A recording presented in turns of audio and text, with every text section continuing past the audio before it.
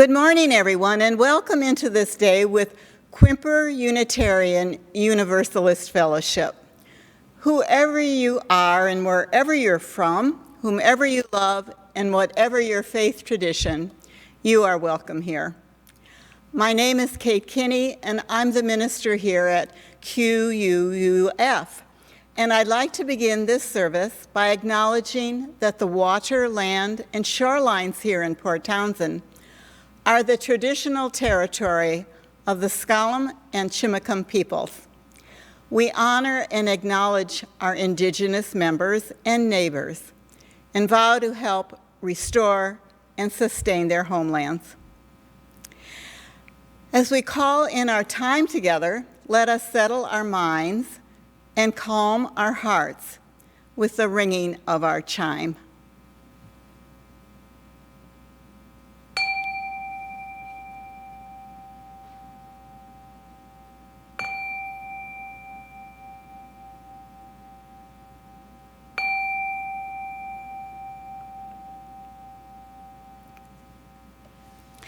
It is good to be here together. I'd now like to welcome the Quimper Quartet with Helen Lauritzen, who will lead us in our call to community, hymn number 1000, Morning Has Come.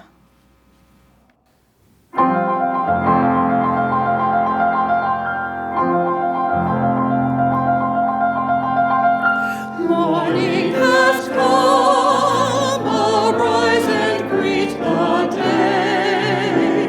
Dance with joy and sing a song of gladness. The light of hope will shine upon each face. May it bring faith to guide our journey home.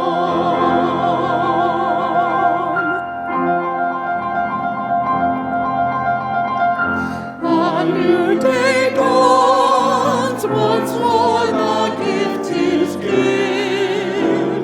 Wonder fills this moment shared together.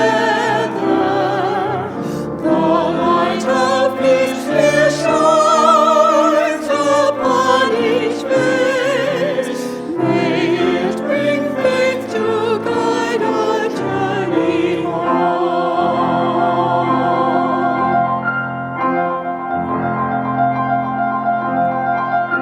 Open our eyes to see that life abounds. Open hearts to welcome it among us. The light of love here shines upon each face. May it bring faith to guide our journey home.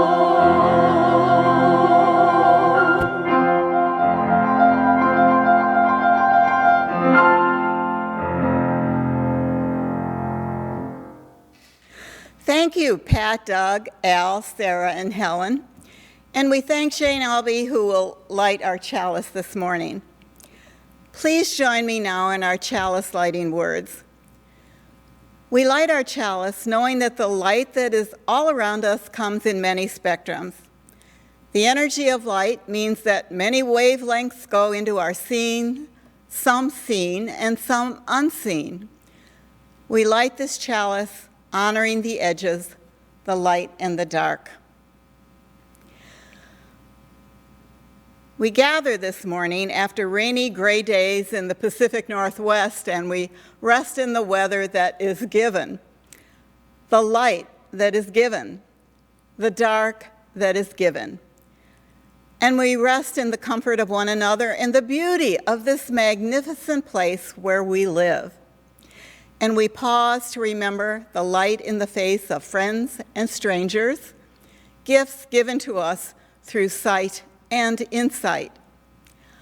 I'd now like to welcome Beau Ohlgren, our Director of Family Ministry, who will share our time for all ages.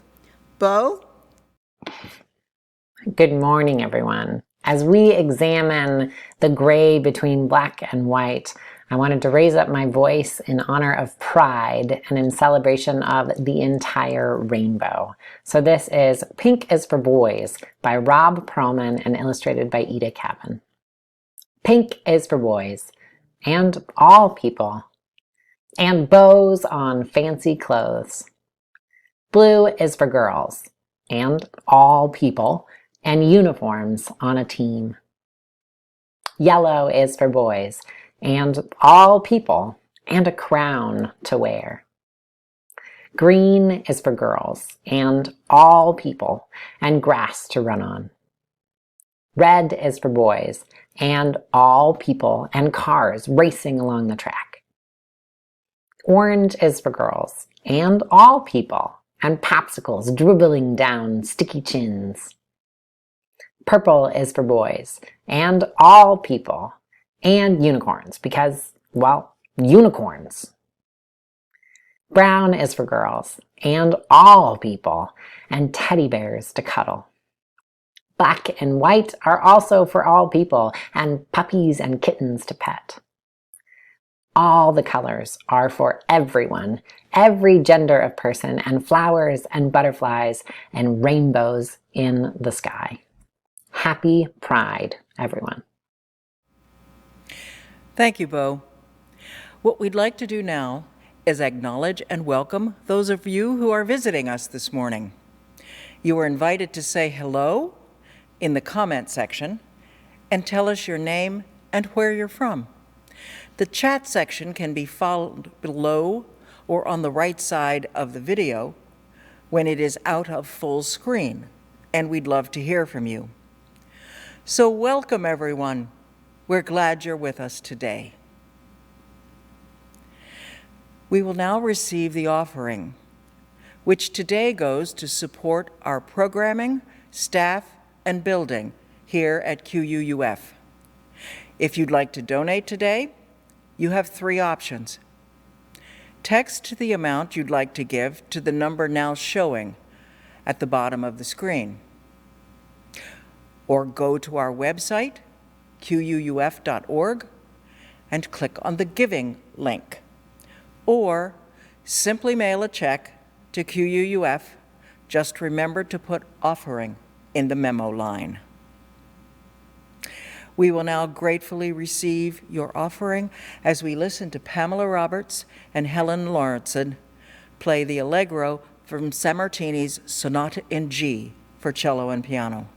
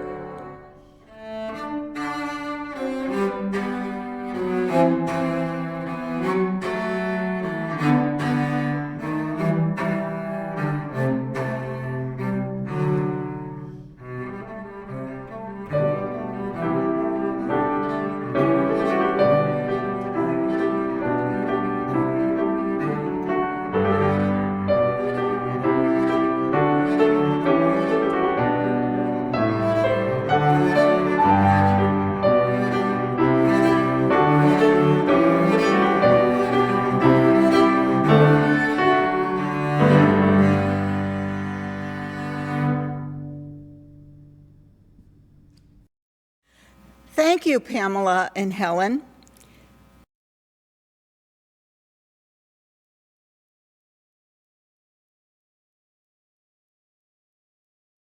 We will now share our joys and sorrows, recognizing that our personal joys and sorrows are only a fragment of the joys and sorrows of the larger community of life. And thus we place this first stone, thinking in particular of those living in fear, afraid that the light will go out, those with hearts broken from the continued gun violence in our country. And now within the congregation, we light a candle for Gunther Dosey, who died on June 2nd. Gunther's daughter, Nancy, said that Gunther died in peace and with family around him. We light this candle in thanksgiving for Gunther's life and for his family.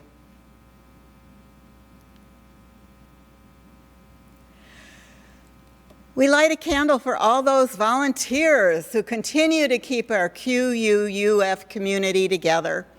They are our local heroes who bring us joy, and they are the true glue of our community.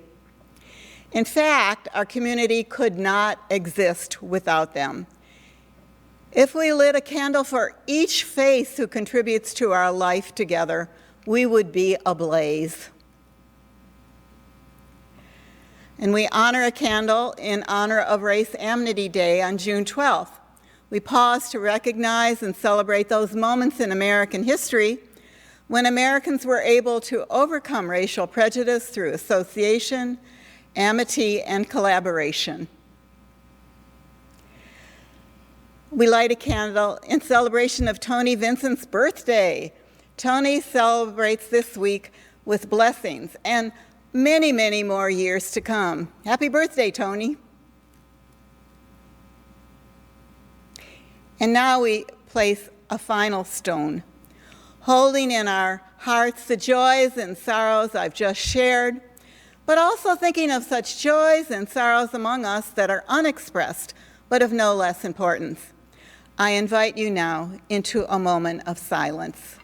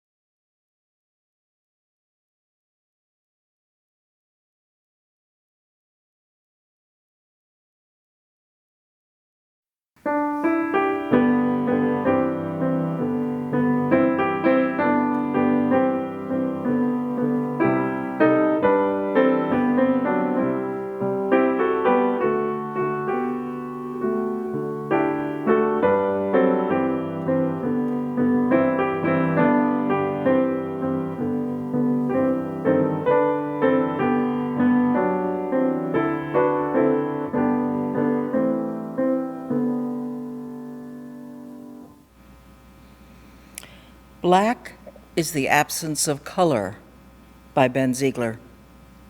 Black is the absence of color. Black is not a color. White is the blending of all colors. White is a color. Between black and white resides a spectrum of colors, a rainbow of possibility, of appropriateness and choice. Choosing black or white, or rather choosing either black or white, comes with risk. If we choose black, are we choosing nothing? Are we saying no to possibility? If we choose white, are we choosing everything? Yet, in choosing everything, do we not also stand for nothing? On the flip side, we want things to be black and white. Johnny, don't touch that hot stove. Sabine, will you marry me? It's black and white. Full stop. Conflict is rarely a world of black and white. Rather, conflict lives in the spaces, the colors between black and white. Between black and white is your story, your imagination.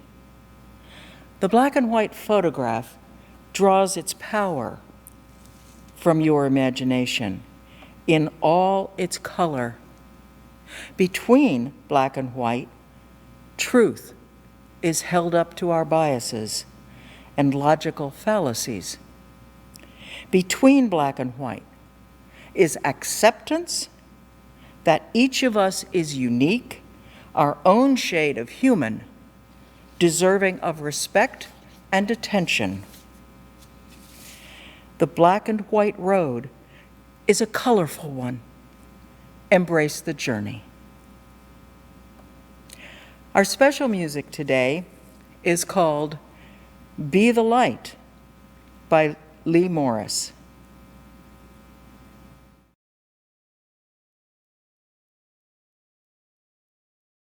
There is always a light when we are ready to see it. There is always a light when we are ready to be it. To see the light, to be the light, to raise our eyes in the dark of night, to climb this hill, together we will. There is always a light in the dark. We are ready to see it. There is always a light in the dark. We are ready to be it.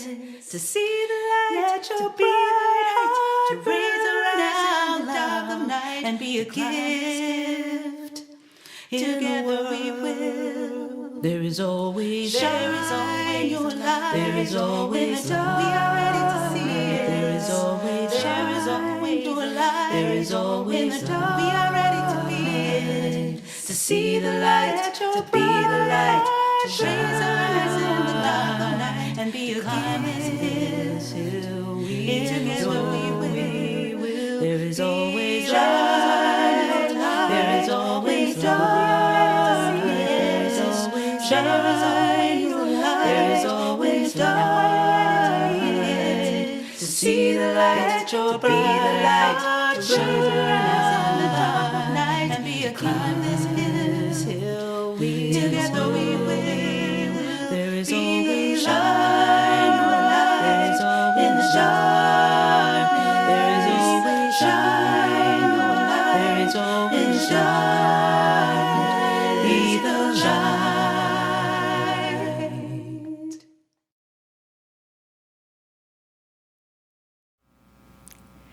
Gray. Okay, we've seen a good deal of it lately here in Port Townsend. And growing up in Cleveland gave me a world of gray. Gray skies, gray landscapes, looking over the winter beauty of Lake Erie, gray black factory smoke coming through the neighborhood, seeping under the windows. And through all of my childhood education, I wore a gray school uniform. So, gray was the primary color. I gained a great respect for gray, and it came through my love of black and white photography. So this morning, I offer you a meditation of sorts on what I learned from putting aside the shock of vibrant color and living with joy in a world of gray. The black and white photographer Ansel Adams created a 10-zone tonal system from black to white. A camera would look at a scene and try to render its average reflectance, which is middle gray. And our eyes reflect an average amount of light, which is the same amount that middle gray reflects. So we see in the middle. Black and white photography is a creative act and emerges from the gray. There can be no image, no art, no moment without the solidity of gray. This basic fact can be a force in learning how to live, to hold life without harsh judgment, and living in the gray lets us live without pronouncing something as all black or all white. Categories become larger. Gray allows us to find the holy in the foggy light where we often live, birthing our beliefs and our passions. Gray allows for bursts of light, and gray has no fear of the dark because the dark has its own beauty. To live in either total light or total dark would cause blindness. But gray allows us to live within it. In the light and the dark can play and blend together so that we can see. It is in the gray that photography can catch a moment of beauty, of truth, or inner knowing. And a photograph needs no commentary. It is simply what is given from the dance between light and dark. It just is. And some of you who do Buddhist practices may recognize this as being about simplicity and space, being fully attentive to one moment. It is about being fully alive. What is the singularity of this particular image? One must see each image with a fresh mind. The mind must stop by itself, and another image of the here and now will emerge.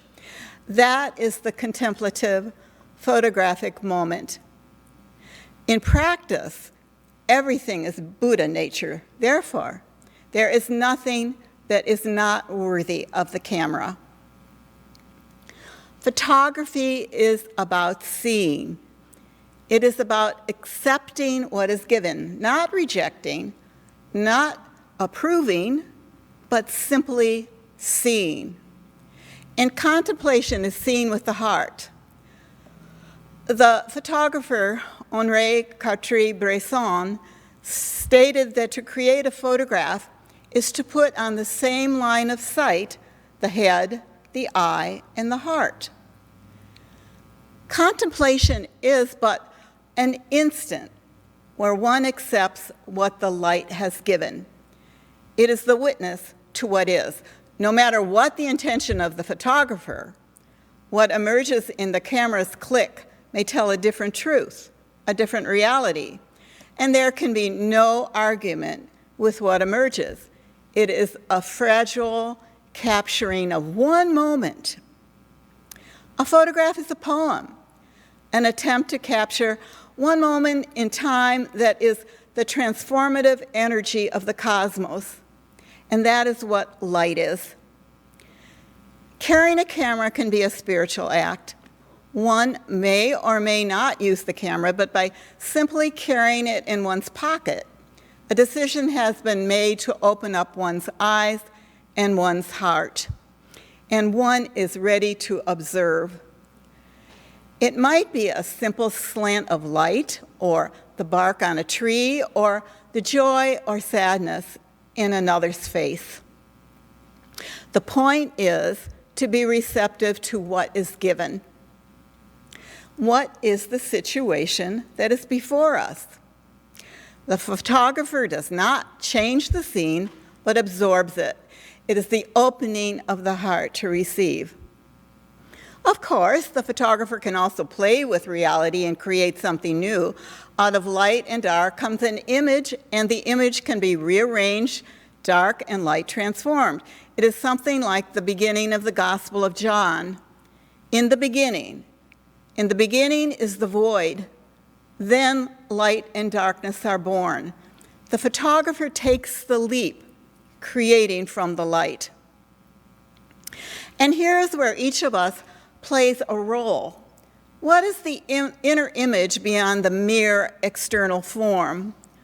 What is given to us when we view a photograph? How does one play and enter into a moment of seeing and imaging something new? Photography is really about how we see, not what we see.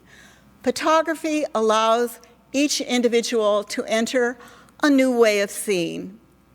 The whole universe is a sacred text. One exercise would be to take the camera into nature and begin to see the gifts that are present within the landscape. These landscapes are in our yards, our neighborhoods, and in the wilderness of our geographical region. They can be found in the middle of the city or in the astounding beauty of one flower. Photos can be part of a visual meditation. They are a way of practicing mindfulness and wonder. Photographic meditation can open the door without expectation or preconceptions and receive the universe. So back to the gray. Again, middle gray is where we see. And it seems to me that the world is in dire need of seeing what is given, not what we would like to see. The amazing art of seeing the middle, the art of negotiation, is where the gray resides. But alas, nations can't talk to nations. We live in political blocks. Our country has dissolved into black and white debates. This means that no one wins, and we become blind.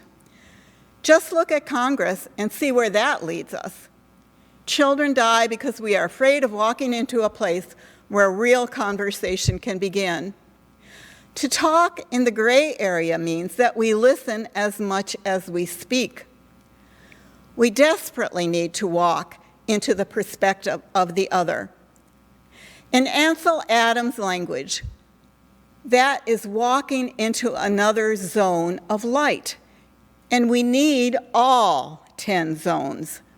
And we certainly need the edges. Once we see that truth, negotiation can begin.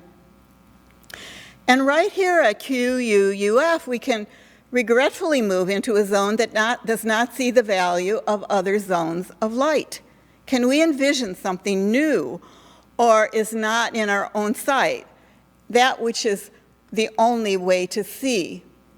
And of course, the temptation is to say that this applies to the other and not to me. I have 20/20 vision. And it may actually seem dreary to move into a gray area because we have been taught to see gray as not very exciting. But if one lets go of 100% certainty, which is called black or white thinking or blindness, then we can begin talking to one another. And negotiated space is sometimes hard to live in. Anyone who is married or lives in community knows that. And sometimes negotiation simply does not work. But that is its own form of living in the gray, acceptance of what is. As I look at my own life, I can see vast times of gray living. Things have their own beauty, and I have values that I will not give up, but sometimes when I look at an issue, I can say, well, yes, and yes. And then a new zone of light comes in and things change. And it is hard to recognize that this is moving closer to middle gray, and that is good. I once asked a healer to help me find certitude about something in life, and her response, she appropriately laughed. I have taken my camera many places, and I have been blessed to see many amazing sights. Geography that makes my heart stop, and at times as a street photographer, amazing gifts are given to me. This morning I am sharing a set of photographs, and by no means are they my favorite photographs. In fact, they are pretty normative. So why did I select them? Because they are of the human face. We at QUUF are given a beauty of faces. And I suspect that if we actively begin the art of living in the middle gray, we do not begin with words, but with looking directly into another person's eyes. We begin our conversations with our eyes. And yes, we can do that as we wear masks. The eyes will be the place of entry. The faces of the individuals in these photos were given to me by people in different areas of the world. Many of them would stop me and ask me to take their picture. And all of these photos were taken with the individual's awareness. Whenever I take a photo of an individual human face and someone asks me to erase it, I will do so immediately. Most people ask to see the photo that I have taken. Some people give me emails and ask me to send it back to them. But whatever the situation, it is a meeting, a connection. And the photos always come with stories. One of the photos is of a young woman a week before her wedding, and I took her photo, and then she told me how scared she was. One is of a young man who asked me to take his photo, and then he took a very defiant pose, and I felt honored to receive his truth. Two of the photos are of young girls on the day of their first communion, and they followed me and asked me to have their pictures taken, and their faces are reflections of their joy. One photo is of boys shouting at me to take their picture through a school gate, and one of a young, proud girl waiting to go into the bull ring, complete with the bull. One shows the beauty of a blind weaver, and another of a 92-year-old weaver making cloth for the village. One is of a young girl climbing out of the Buddha's carved nostril.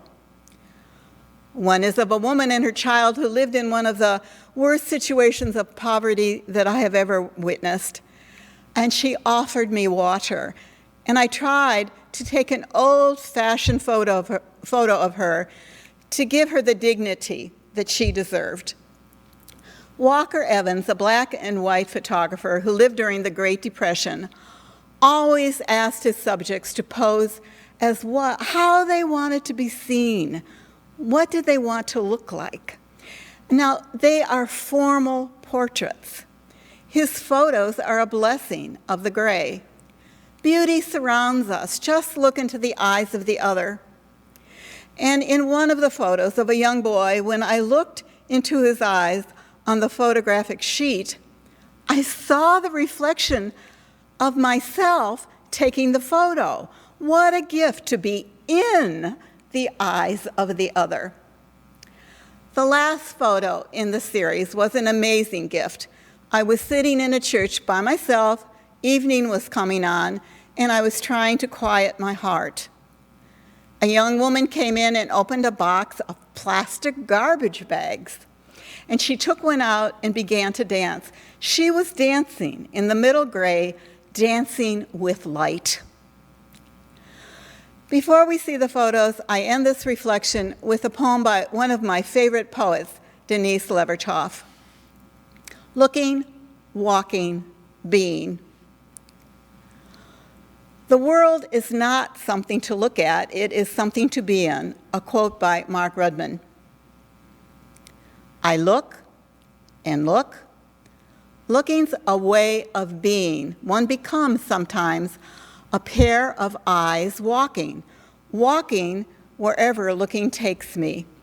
The eyes dig and burrow into the world. They touch fanfare, howl, madrigal, clamor, world and the past of it, not only visible present, solid and shadow that looks at one looking, and language, rhythms of echo and interpretation. That's a way of breathing to sustain looking, walking, and looking through the world in it.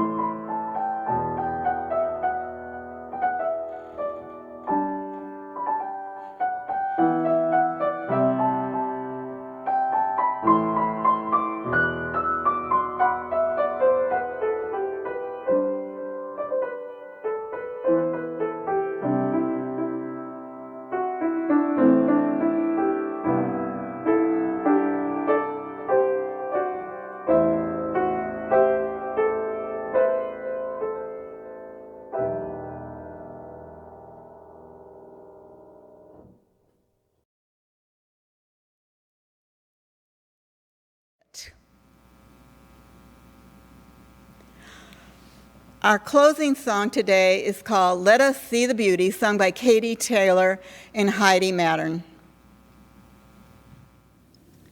Please join voices. Let us see the beauty every day and source our lives from its presence. Let us see the beauty every day and source our lives from its presence. Let us see the beauty every day and source our lives from its presence.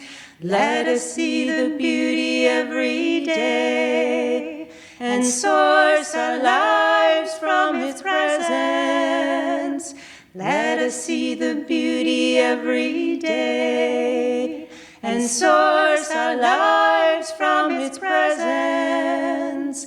Let us see the beauty every day and source our lives from its presence. Let us see the beauty every day and source our lives from its presence. Let us see the beauty every day and source our lives from its presence.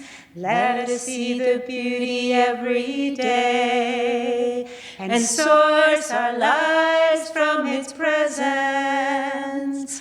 Let us see the beauty every day.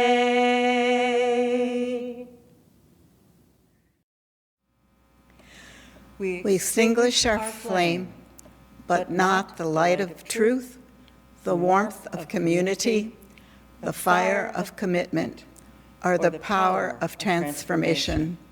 These we carry in our hearts until we are together again.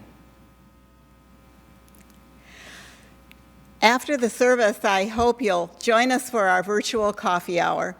What you can expect is a personal check-in and reflections on the service and community together. I hope to see you there. First, let us turn our attention to Buddy Guy, Keb Mo, and musicians from around the world as they sing Skin Deep.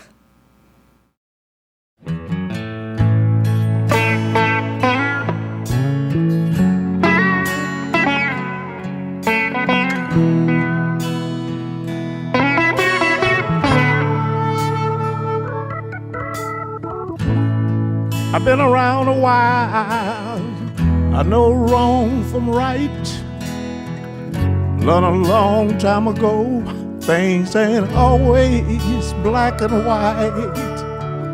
Just like you can't judge a book by the cover, we all got to be careful how we treat one another. I say, skin deep, skin deep, underneath we all look the same. Skin deep, skin deep, underneath don't we all look the same?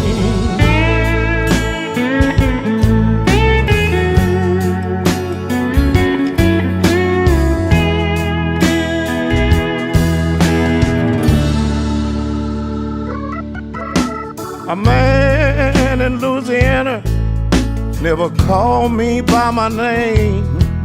He said, boy, do this and boy, do that, but I never once complained. I knew he had a good heart, but he just didn't understand that I needed to be treated just like any other man. Skin deep, skin deep, underneath, though we all look the same. Skin deep, skin deep, underneath,